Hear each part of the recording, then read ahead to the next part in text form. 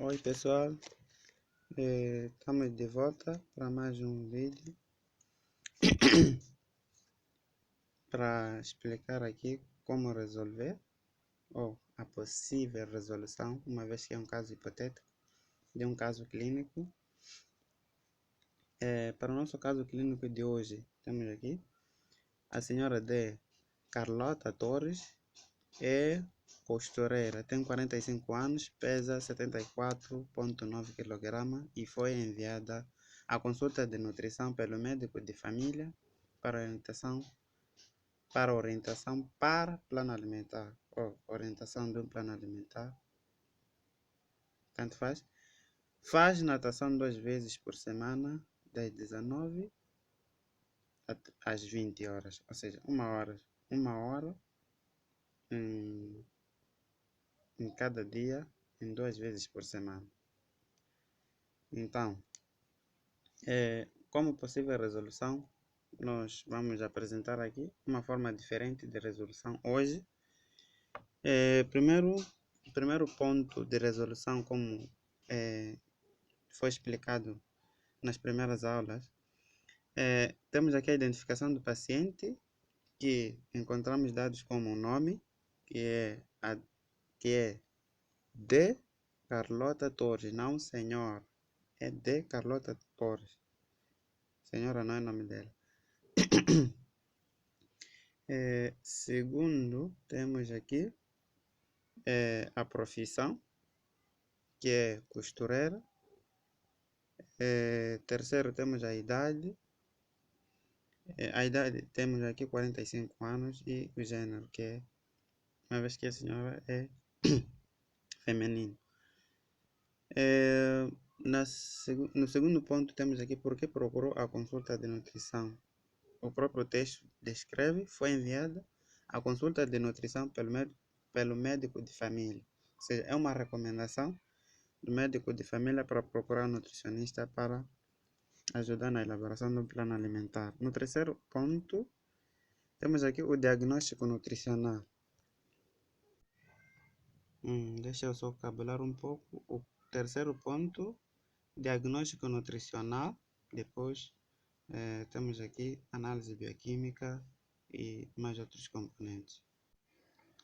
Para nosso caso, temos aqui, como nosso peso é de 74,9 kg, temos aqui o nosso IMC 28,19. Se formos a fazer o cálculo do IMC, encontramos aqui 28,19. Pode fazer aí na máquina. E em jeito de classificação, temos aqui excesso de peso para este paciente. Para outros pontos, como por exemplo avaliação clínica, o paciente não apresenta. Para análise bioquímica, temos aqui os nossos resultados analíticos. Para a proteína, temos aqui 80, ou seja, está dentro dos parâmetros. A albumina também está dentro, a ureia ID está dentro dos parâmetros normais de referência. Ácido úrico, temos aqui 44,2, também está dentro. A creatinina 0,7 também está dentro. Colesterol total, temos aqui 230. Não é desejável, visto que está acima de 200 mg por decilitro. Uma vez que no diagnóstico nutricional, quando calculamos o IMC, encontramos o excesso de peso. Então, o excesso de peso pode influenciar na taxa de colesterol total, ou seja, o excesso de peso pode ser a causa do elevado colesterol. O colesterol HDL, temos aqui 49, uma vez que é uma mulher.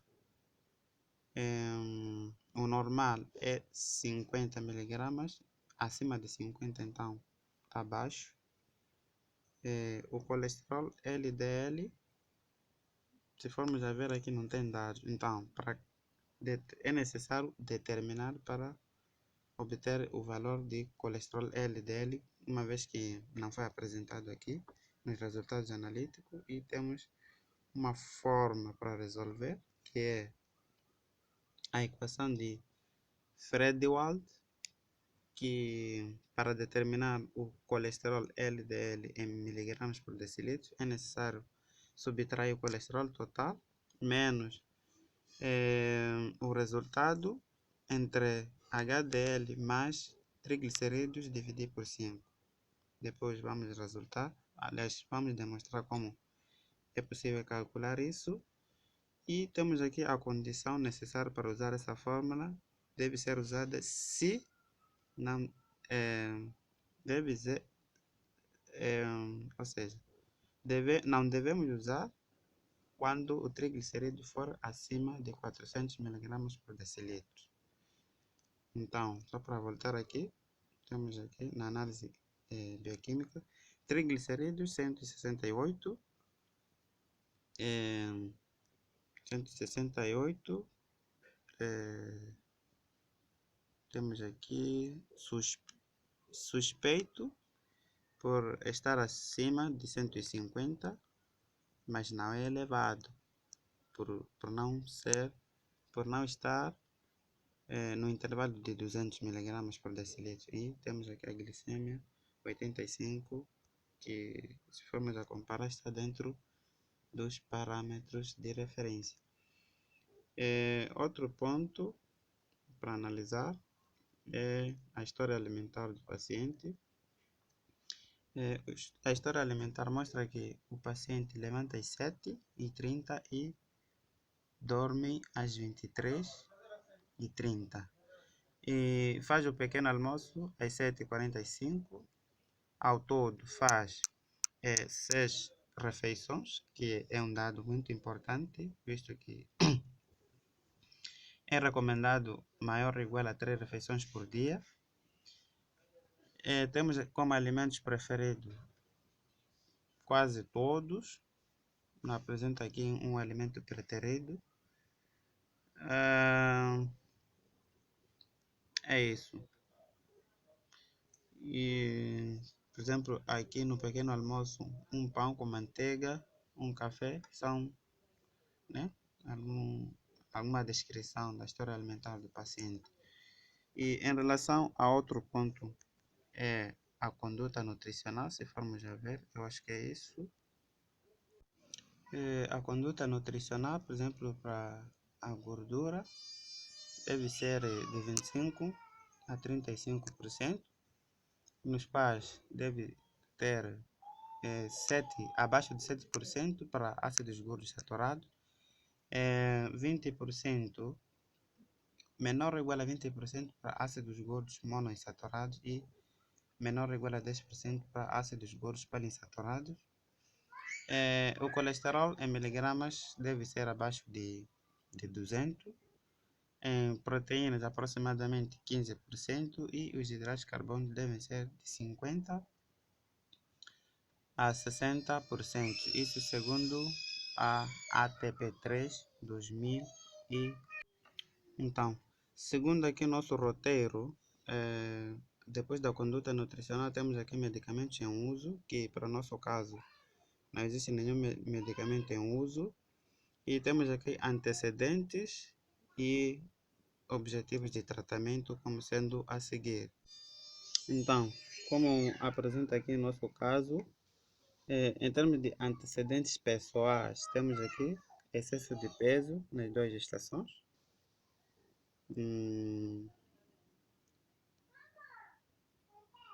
Como o texto apresenta. E temos aqui antecedentes familiar, mãe obesa. Esses podem ser fatores que levaram a nossa paciente, neste caso, a ter excesso de peso, como foi diagnosticada quando fizemos o diagnóstico nutricional. Então, a seguir, temos objetivos de tratamento. Se formos aqui a olhar os dados que fomos apresentados, né? Como ela tem excesso de peso, então promover a redução do peso corporal, né? Promover uma alimentação saudável para o paciente, Também promover a redução até os níveis normais do colesterol total, como apresenta aqui, e assim como outros componentes, e também incentivar a prática de atividade física, uma vez que ela faz natação, né? 2 vezes por semana. Também incentivar a prática de atividade física noutros dias da semana, uma vez que ela faz de 2 vezes por semana. Então, segundo o roteiro, temos aqui o passo a seguir, os cálculos. Segundo o nosso PTR, temos aqui o peso vezes o nosso PTR aqui deu 61 quilogramas. Se formos a fazer a multiplicação, nós temos aqui algumas opções. Por exemplo, se usarmos fator atividade 30, vai dar 1826. Nós podemos usar aqui o fator atividade 35, vai nos dar 2130, mais outras opções, uma vez que ela pratica natação. Então, segundo a classificação, podemos assumir que ela tem atividade moderada. Então, podemos usar, por exemplo, 40. Se multiplicamos o peso de referência, que é 61 vezes 40, que é o fator atividade que ela apresenta, temos aqui 2.435 quilocalorias por dia. Então, nessa porção, no lado esquerdo, na parte inferior, temos aqui o cálculo do LDL, uma vez que no caso clínico não foi apresentado. Então, se formos a fazer 230, que é o valor do colesterol total, menos, entre parênteses, 49, que é o valor do colesterol. Desculpa, acho que a gripe não me permite, mas podemos continuar. 49, que é o valor do colesterol HDL, mais,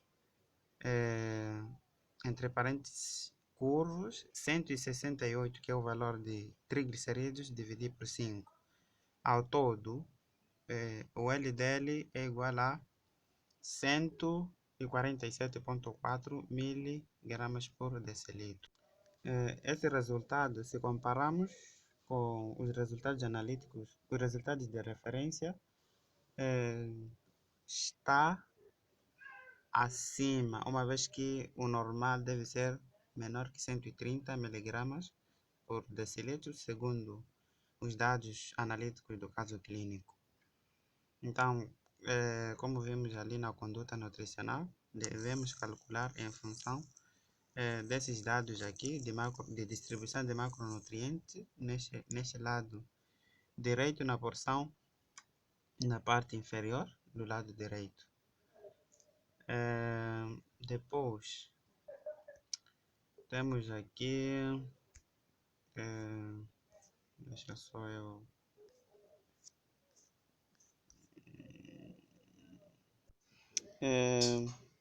em termos de distribuição de macronutrientes, como vem na parte superior dessa tela, vamos usar 35% para a gordura, que vamos distribuir em 6% para a gordura saturada, 19% para monoinsaturada, 10% para poliinsaturada, e para a proteína vamos usar 15%,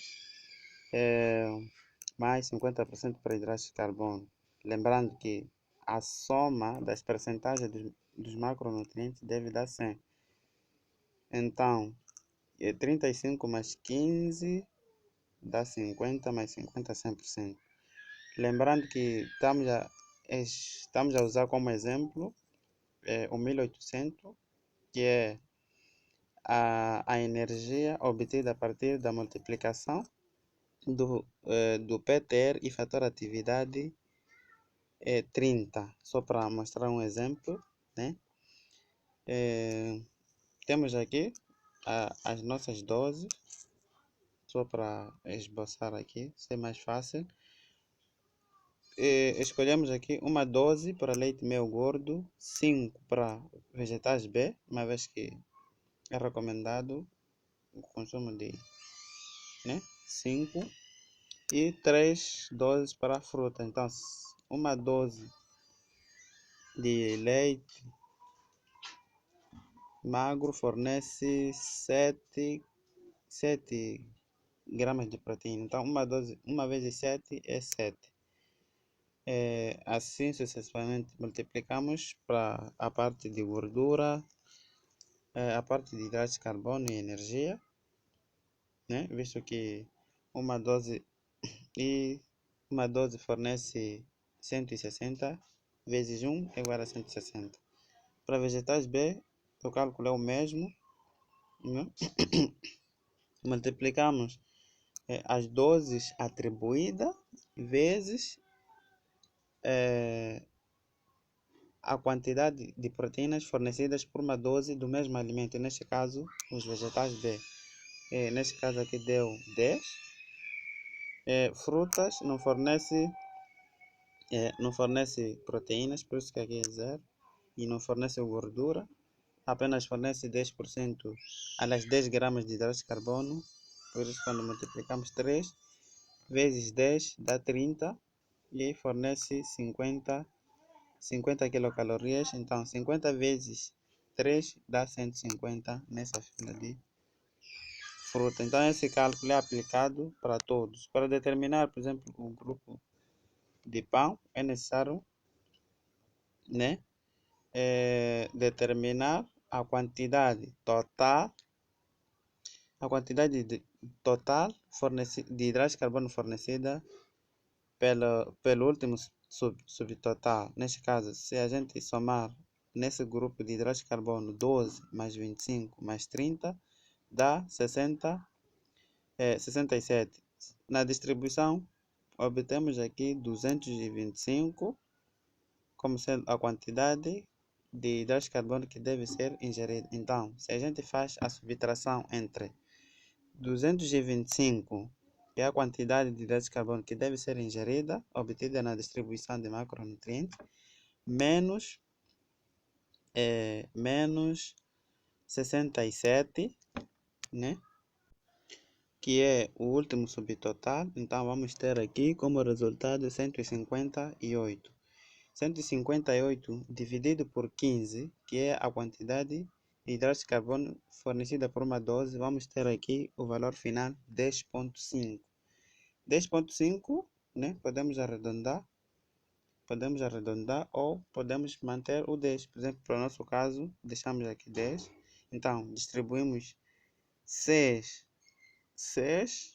de 10, né? 6 para pão e 4 para arroz, massa e batata. E o passo a seguir é multiplicar esses valores de doses para essas quantidades, como fizemos na parte no início, né? Então, depois de determinar as doses de todos os alimentos, neste caso, fizemos de carne. O procedimento para carne é o mesmo. O último subtotal para proteínas, que neste caso o último subtotal aqui é 37. Então 65 menos 37, o resultado que sai dividir por 7, que é a quantidade em gramas de proteína fornecidas em uma dose de gordura, aliás, de carnes. Então, o resultado aqui dá 4. 4 distribuímos 2 doses para carne e 2 doses para peixe.